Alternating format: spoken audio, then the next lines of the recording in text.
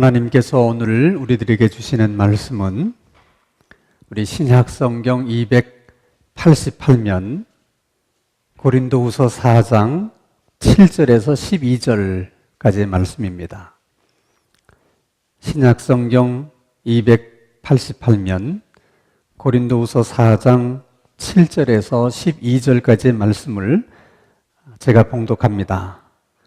하나님의 말씀을 경청하시기 바랍니다. 우리가 이 보배를 질그릇에 가졌으니 이는 심히 큰 능력은 하나님께 있고 우리에게 있지 아니함을 알게 하려 함이라. 우리가 사방으로 우겨쌈을 당하여도 쌓이지 아니하며 답답한 일을 당하여도 낙심하지 아니하며 박해를 받아도 버림받지 아니하며 거꾸로뜨림을 당하여도 망하지 아니하고 우리가 항상 예수의 죽음을 몸에 짊어짐은 예수의 생명이 또한 우리 몸에 나타나게 하려 함이라. 우리 살아있는 자가 항상 예수를 위하여 죽음에 넘겨짐은 예수의 생명이 또한 우리 죽을 육체에 나타나게 하려 함이라. 그런즉 사망은 우리 안에서 역사하고 생명은 너희 안에서 역사하느니라. 아멘. 사람은 누구나 깊이 생각하지 않고 말하고 행동한 것에 대해서는 꼭 후회를 하게 됩니다. 그것은 여러분, 우리의 인생도 마찬가지입니다. 생각 없이 그저 하루하루를 살다 보면 어느 날, 왜 나는 인생을 이렇게밖에 살 수 없었을까? 그렇게 후회를 하게 됩니다. 독일의 그 유명한 막스 프랑크라고 하는 교육연구소에서 15년 동안 1000명을 대상으로 사람의 나이와 그리고 지혜와는 어떤 연관성이 있는가를 연구를 했습니다. 그 연구를 통해서 지혜로운 사람들에게서 발견되는 중요한 두 가지 특징을 찾아냈어요. 그 하나는 지혜로운 사람들에게는 다 많은 삶의 고난과 역경이 있었다는 것입니다. 그래서 알아낸 것은 고난이 사람을 지혜롭게 한다는 것이었습니다. 그리고 다른 하나는 그 지혜로운 사람들은 자기 인생에서 생겨나는 많은 문제들에 대해서 아주 깊이 생각하는 습관이 있었다는 것입니다. 그래서 알게 된 것은 깊이 생각하는 것, 이 깊은 생각이 사람을 지혜롭게 한다는 것입니다. 그래서 우리가 인생을 후회하지 않을 수 있는 인생, 그리고 아주 지혜롭게 인생을 살아가려고 하면 생각하는 습관을 가져야 됩니다. 많은 것을 깊이 생각하는 습관이 있어야 되는데 특별히 그 중에서도 도대체 나는 누굴까? 그리고 인생을 어떻게 살아야 되는 것일까? 이렇게 살아도 괜찮은 것일까? 그런 질문을 끊임없이 우리 자신들에게 하면서 그것을 생각해야 된다는 것입니다. 여러분, 우리가 성경을 읽어보면 성경의 대부분의 내용도 우리가 누군가, 그리고 우리가 어떻게 살아야 되는가, 그것에 대한 말씀들이에요. 오늘 본문의 말씀도 그런 말씀 중에 하나입니다. 우리가 도대체 누군가? 하나님은 우리 인간을 질그릇이라고 정의를 합니다. 여러분이 잘 아는 것처럼 질그릇이라는 것은 흙을 빚어서 불에 구워서 만든 그릇을 말하는 거예요. 왜 하나님이 하필 우리들을 질그릇이라고 말씀을 하실까? 여러분들이 잘 아는 것처럼 하나님이 아담을 만드실 때 흙을 빚어서 그 속에 하나님의 생기를 불어넣으셔서 사람을 만드신 거예요. 그 아담이 타락하고 범죄했을 때 하나님이 말씀하십니다. 너는 흙에서 취하였으니 흙으로 돌아가라. 그래서 모든 인생이 다 흙에서 와서 그리고 흙으로 돌아가는 것입니다. 여러분, 모든 인생이 어차피 흙으로 돌아갈 수밖에 없는 인생이라면 우리가 다른 사람보다 공부를 좀 더 많이 했다는 것이, 내가 다른 사람보다 돈이 좀 더 많다는 것이, 그리고 내가 사회적으로 또 지위가 높다는 것이, 그것이 뭐가 그렇게 대단한 일이고 큰 일이겠습니까? 어차피 다 흙으로 돌아가는 것이 우리 인생이라면 어떻게 그런 일을 가지고 목에 힘을 주고 또 교만하게 살아갈 필요가 있는 것이겠습니까? 그래서 성경은 이렇게 얘기합니다. 모든 인생은 풀과 같고 그 풀의 영광은 꽃과 같으니 풀은 마르고 꽃은 떨어진다. 여러분, 어차피 우리는 다 흙으로 돌아가는 인생입니다. 풀은 마르게 되어 있고 그리고 꽃은 떨어지게 되어 있습니다. 그것을 늘 생각하고 그렇다는 것을 알고 살면 우리들이 겸손하게 살 수 있고, 그래서 우리 인생을 그래도 후회하지 않을 수 있는 인생을 살 수 있는 것입니다. 문제는 대부분의 사람들은 인생이 그렇게 초라한 것이고 그리고 허무하다는 사실을 인정하려고 하지는 않습니다.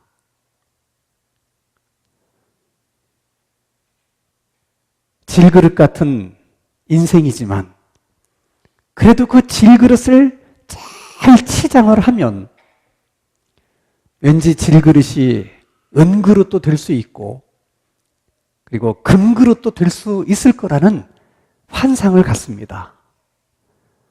그래서 저마다 질그릇을 치장합니다.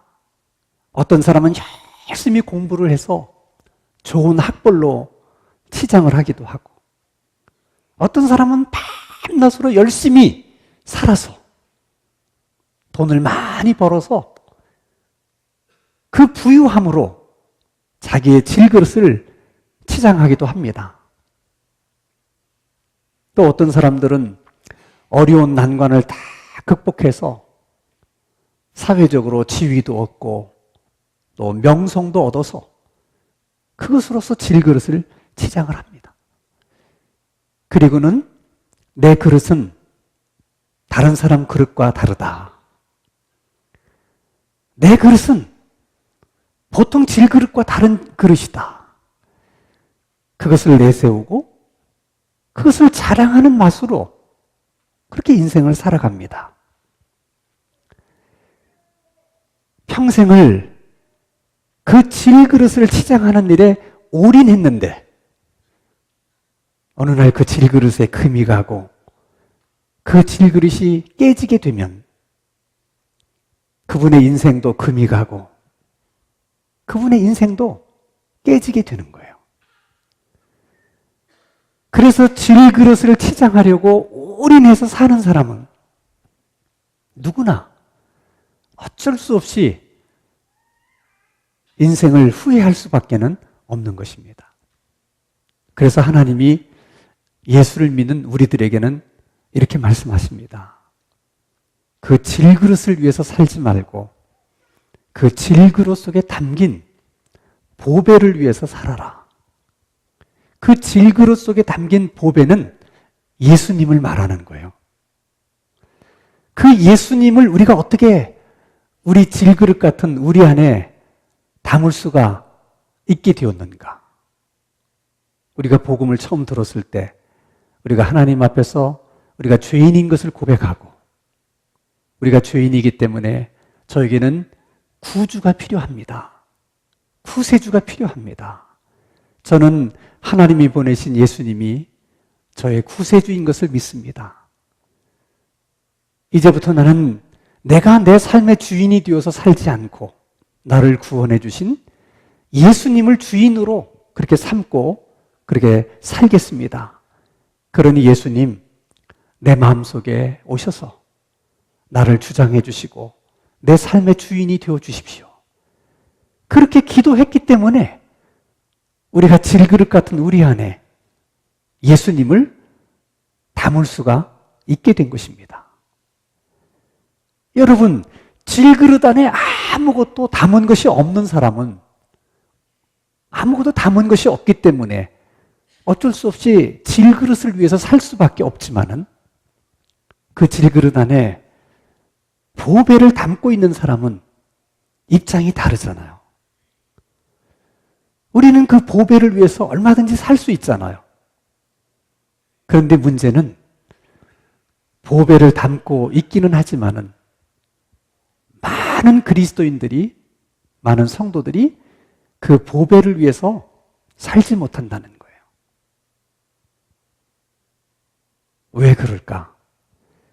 그건 예수 믿는 사람들만이 갖고 있는 독특한 편견 때문입니다. 우리는 다 이렇게 생각해요. 우리가 담고 있는 그 보배가 너무 귀한 것이기 때문에 그 귀한 것을 담고 있는 우리 그릇도 할 수만 있다면 좋은 그릇이 되어야 그 보배가 더 빛날 것이다. 우리식으로 얘기하면 그 보배를 담고 있는 내가 성공하고 잘 돼야 그래야 하나님이 더 영광을 받으실 것이다. 그 보배를 담고 있는 내가 어려움이 많고 실패하고 괴로운 일들이 많으면 그 보배가 영광을 받지 못하고 그 영광이 가리우게 될 것이다. 우리는 저마다 그런 생각이 있어요. 그래서 우리는 다 보배를 위해서 내가 잘 돼야 된다는 거예요. 그래서 그렇게 기도해요. 하나님, 내가 잘 되려고 하는 거, 그거 나만 위해서 그런 거 아닙니다. 내가 잘 돼야지 내가 믿는 하나님도 영광을 받으시지 않겠습니까? 다 나 잘 되자고 그런 것만은 아니니까 제발 좀 축복 좀 해주세요. 제발 좀 성공 좀 할 수 있게 해주세요. 우리는 그렇게 사는 거예요. 여러분, 질그릇을 치장하는 동기는 다르지만 그 삶의 방식은 믿지 않는 사람과 전혀 다를 게 없습니다. 그러면 정말 우리들의 생각처럼 내가 잘 되면 내 안에 있는 보배가 더 영광을 받으시고 내가 안 되면 내 안에 있는 보배의 영광이 가리우게 되는 것일까? 물론 여러분, 그럴 수도 있어요. 중요한 것은 언제나 그런 것은 아니라는 거예요. 그리고 항상 그런 것도 아니라는 것입니다. 오늘 여러분 본문 말씀인 우리 고린도후서 4장 7절 말씀을 한번 같이 읽겠습니다. 시작. 우리가 이 보배를 질그릇에 가졌으니 이는 심히 큰 능력은 하나님께 있고 우리에게 있지 아니함을 알게 하려 함이라. 쉽게 풀어서 설명하면 왜 하나님은 그 보배를 질그릇 안에 담게 하셨는가? 그것은 그 질그릇 안에 있는 보배가 상대적으로 더 돋보이게 하시려고 하나님이 일부러 초라한 질그릇 안에 그 보배를 담으셨다는 거예요. 이게 여러분 얼마나 우리들의 생각과 다른 생각입니까? 우리는 질그릇이 잘 돼야 그 안에 있는 보배가 더 빛나리라고 생각하는데 하나님은 그렇지 않다는 거예요. 상대적으로 그 보배가 더 빛나기 위해서 하나님은 초라한 질그릇 안에 그 보배를 담으셨다고 말씀을 하십니다. 한번 예를 들어 보십시다. 여러분 구약성경 사사기 6장을 보면 그 유명한 기드온에 대한 이야기가 기록되어 있습니다. 기드온은 굉장히 소심한 성격인데다가 굉장히 겁이 많은 사람이에요. 근데 하나님이 어느 날 그런 기드온에게 나타나셔서 큰 용사라고 불러줍니다. 너는 용사다. 그러니 지금이라도 나팔을 불어서 군사를 모집하고 그들과 함께 나가서 싸워라. 그리고 이스라엘을 미디안으로부터 구원해내라.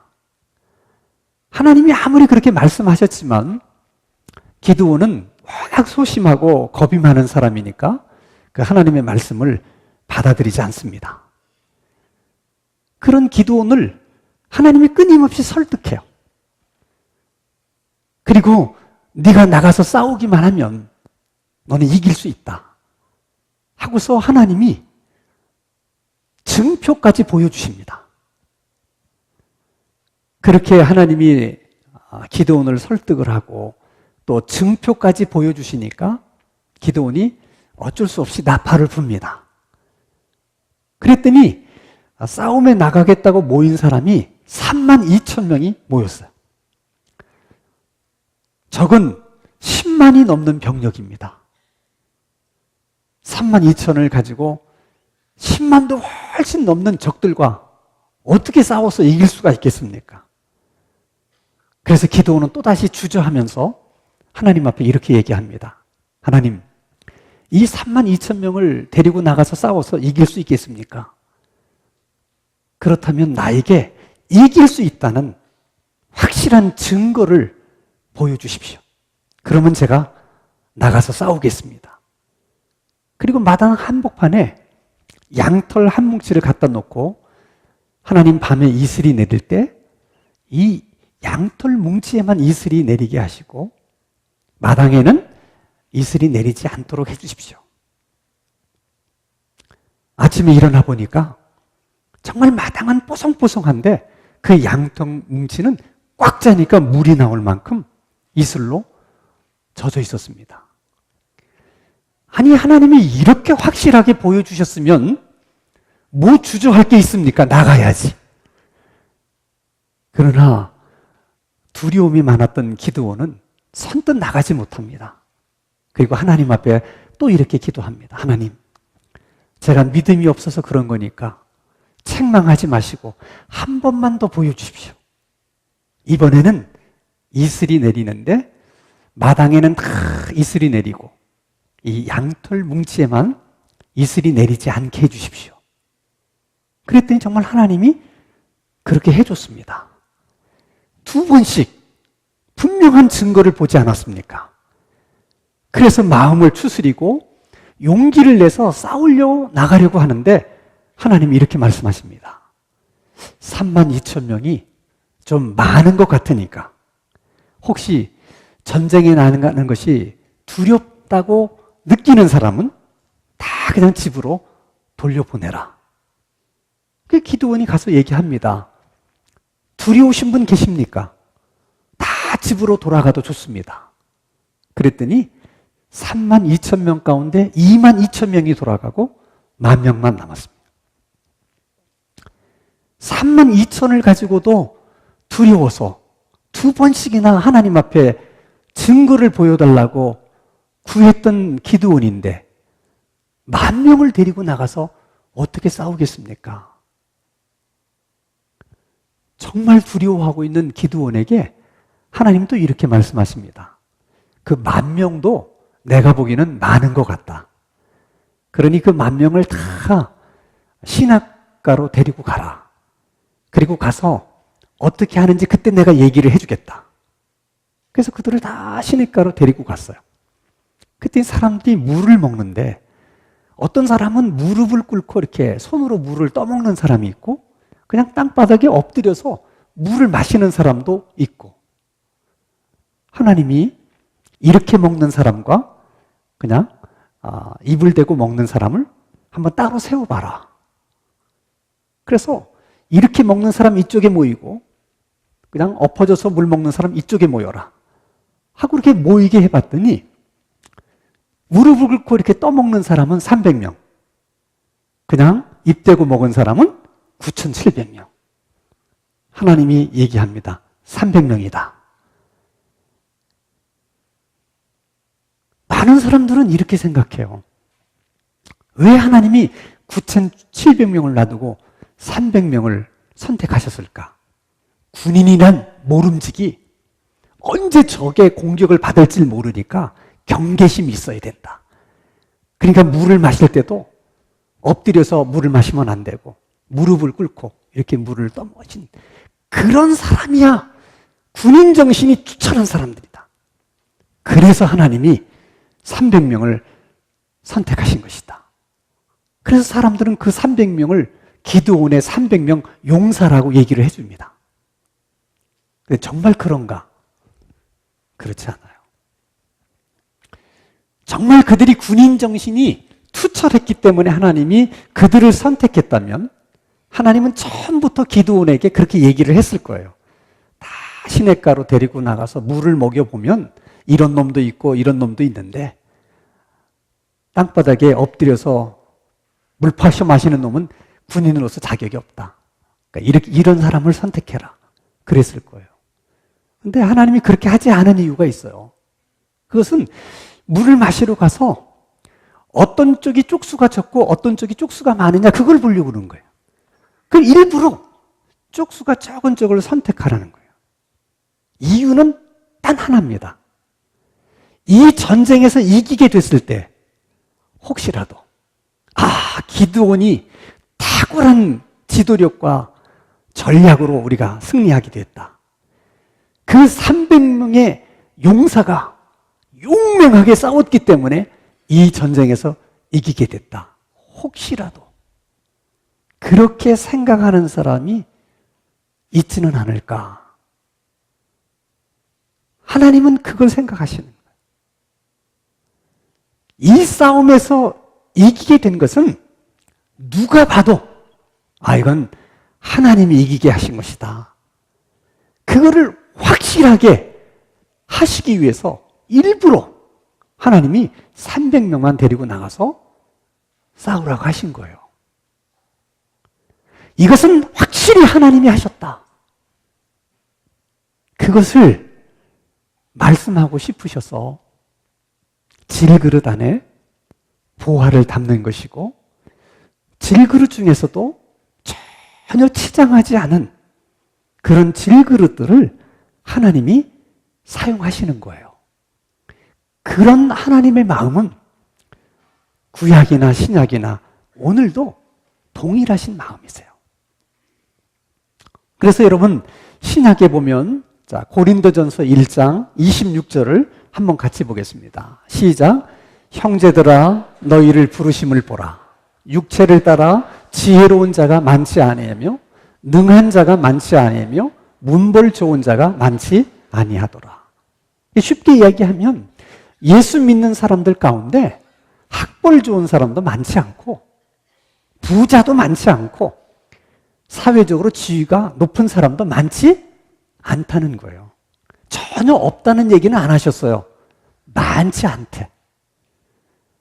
왜 그럴까? 사람들은 이렇게 얘기합니다. 아니 목사님, 아쉬울 것이 아무것도 없는 그 사람들이 뭐가 아쉬워서 예수 믿습니까? 뭐가 아쉬워서 그런 분들이 교회를 나오시겠습니까? 맞는 얘기예요? 아쉬울 것이 없기 때문에 그들이 예수를 믿지 않을 수도 있고 그리고 교회를 다니지 않을 수도 있습니다. 그것은 사람의 관점에서 그렇게 얘기할 수 있는 거예요. 그런데 하나님은 뭐라고 말씀하시냐면 하나님은 잘난 사람보다 못난 사람들을 더 많이 부르시기 때문에 잘난 사람들이 그 속에 들어가기가 더 어렵다는 거예요. 이상하잖아요.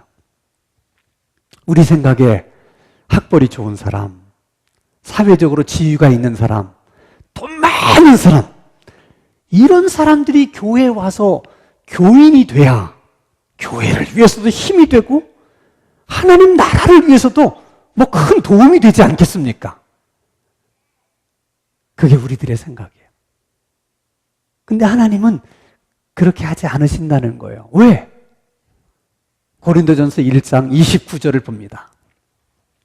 같이 읽습니다. 시작. 이는 아무 육체도 하나님 앞에서 자랑하지 못하게 하려 합니다. 너무 잘난 사람들을 예수 믿게 하면 그 안에 있는 보배를 자랑하는 것이 아니라 질그릇을 자랑하고, 사람들이 그 안에 든 보배를 보는 것이 아니라 그 질그릇 보는데 정신이 팔려가지고 정작 보화를 보지 않기 때문에 하나님께서 일부러 질그릇 안에 보화를 담으시고 연약한 자들을 하나님이 사용하신다는 거예요. 여러분, 실질적으로 한번 예를 들어 보십시다. 자, 우리가 누구를 전도할 때 정말 아무것도 부러울 것이 없을 만큼 뭐 좋은 직장에 다니고 자녀들도 다 잘 됐고 또 살만하기도 하고 그런 사람이 전도를 해요. 아주머니, 예수 믿으세요. 예수 믿으면 참 좋습니다. 예수 믿으면 행복해져요. 저를 보세요. 얼마나 제가 행복해하나. 그러면 그 사람은 저 사람이 정말 예수를 믿어서 저렇게 행복하고 즐거운지, 살만하니까 행복하고 즐거운지 이게 잘 구분이 안 가는 거예요. 그리고 대부분 사람들은 살만하니까 저런 소리를 하는 거다. 되게 그렇게 생각합니다. 반대로 사업도 망했어요.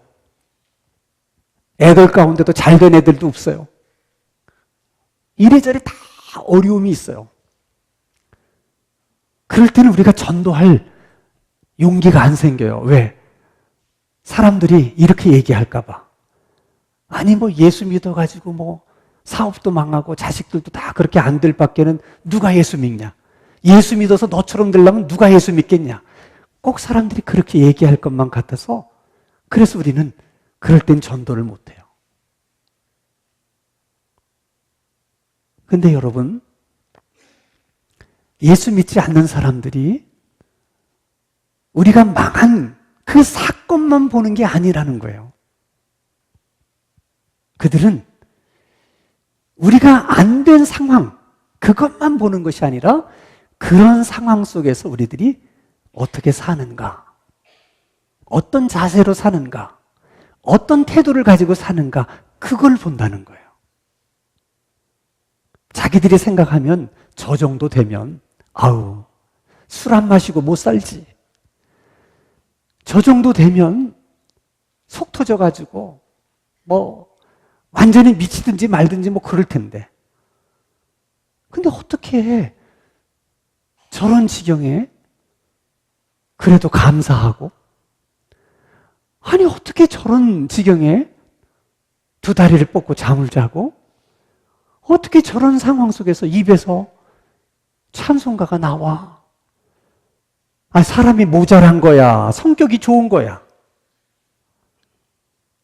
이게 막 헷갈리는 거예요. 그러다가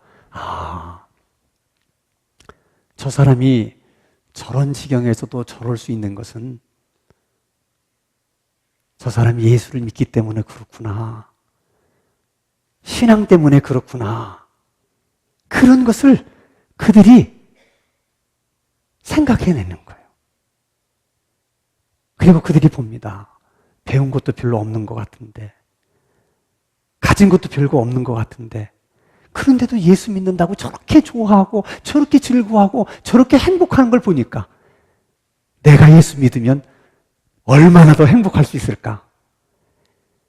하나님은 믿지 않는 사람들에게 그런 생각을 끄집어내기를 원하시는 거예요. 그래서 망한 것은 내가 망했는데 은혜는 누가 받느냐? 그 믿지 않는 사람들이 은혜를 받는 거예요. 그래서 오늘 12절에 뭐라고 얘기했어요? 사망은 우리 가운데 역사하고 생명은 너희 가운데 역사한다 그러잖아요. 그래서 하나님은 믿지 않는 사람들에게 그런 생각을 끄집어낼 수만 있다면 때로는 우리의 질그릇이 깨지는 것도 금가는 것도 괜찮다는 거예요. 그래서 예수 믿는 사람들의 삶 속에 고난이 있을 수 있다는 거예요. 오늘 본문 8절에 뭐라고 얘기해요? 우리가 사방으로 우겨쌈을 당하여도 쌓이지 아니하고 답답한 일을 당하여도 낙심하지 아니하고 박해를 받아도 버림받지 아니하고 거꾸로 뜨림을 당해도 망하지 아니한다. 사방으로 우겨쌈을 당하는 상황, 답답한 일을 만나게 된 상황, 이게 다 질그릇의 입장에서 보면 질그릇이 깨지는 것이고 금이 가는 거예요.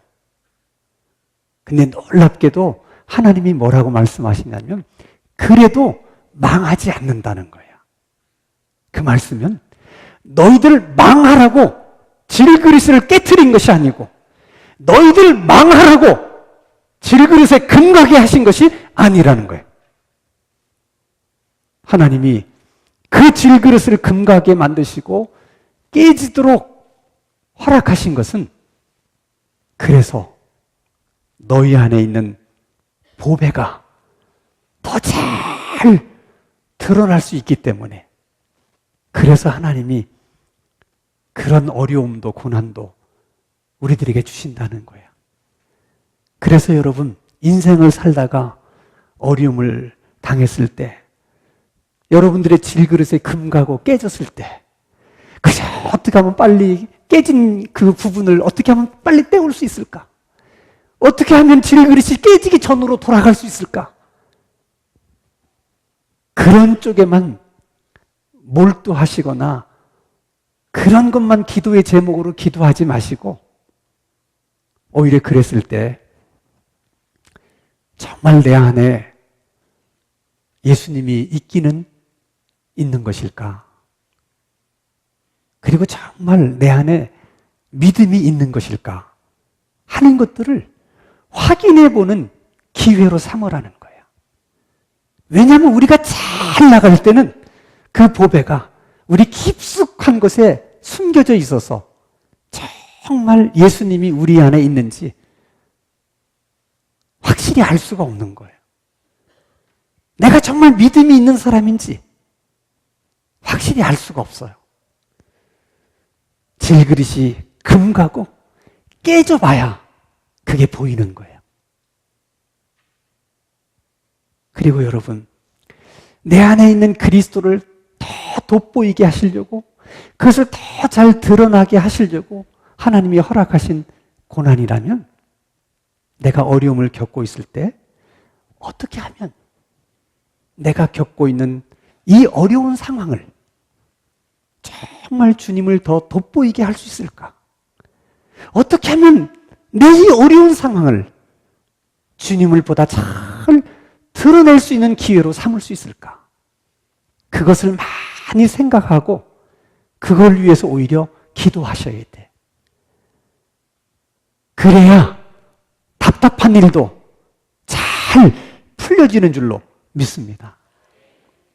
여러분, 질그릇 안에 보배를 담았다는 얘기는 그 보배가 질그릇에서 덕을 본다는 얘기가 아니라 우리 질그릇이 그 보배에 덕을 보고 산다고 하는 것을 말씀하는 거예요.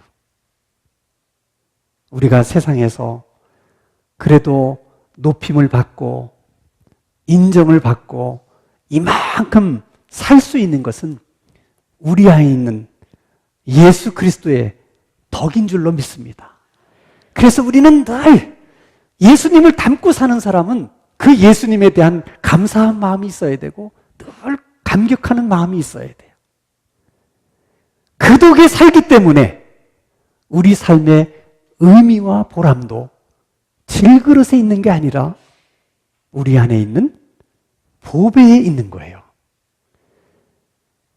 우리 삶의 의미와 보람이 질그릇을 치장하는 데 있는 것이 아니라 그 예수 그리스도를 돋보이게 하고 드러나게 하는 데 있는 거예요. 그래서 그 보배를 품고 사는 그리스도인들에게 있어서는 그 예수님을 드러내면 드러낼수록, 돋보이게 하면 돋보이게 하는 것만큼 더 삶이 기쁘고 즐겁고 행복해지는 것입니다.